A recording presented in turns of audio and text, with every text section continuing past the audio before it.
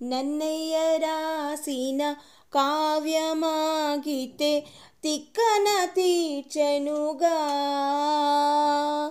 రాధమ్మ ఆపిన పాట మధురిమ కృష్ణుడు పాడెనుగా. హాయ్, అందరికీ నమస్కారం. చూశారు కదా, వీటిని మేము కందగడ్డ అంటాం, కొంతమంది చిలకడ దుంప అంటారు. పొద్దున అల్పాహారంగా తీసుకుందామని ఉడకపెట్టాను. ఇక ఈ మొలకలు మధ్యాహ్నం క్వీన్వా కిచిడిలోకి వాడుకుందామని అనుకున్నాను. రెండూ చూసాక పొద్దున్నే మా పాప కన్ఫ్యూజ్ అయింది.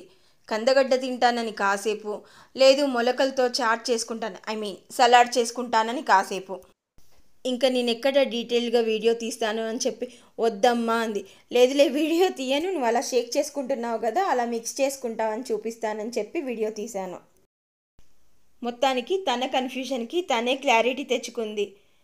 మొలకలు తిన్న తర్వాత కందగడ్డ కూడా తింటానని డిసైడ్ అయ్యి రెండు తింది.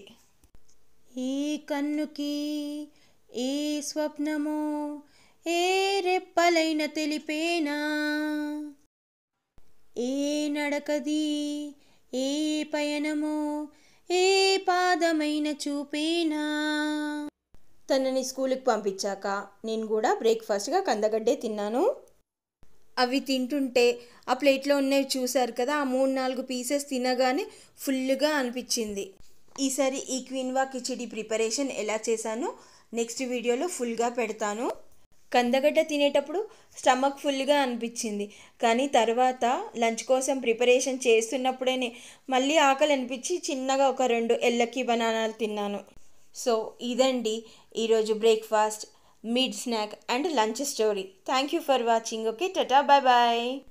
నీలో స్వరా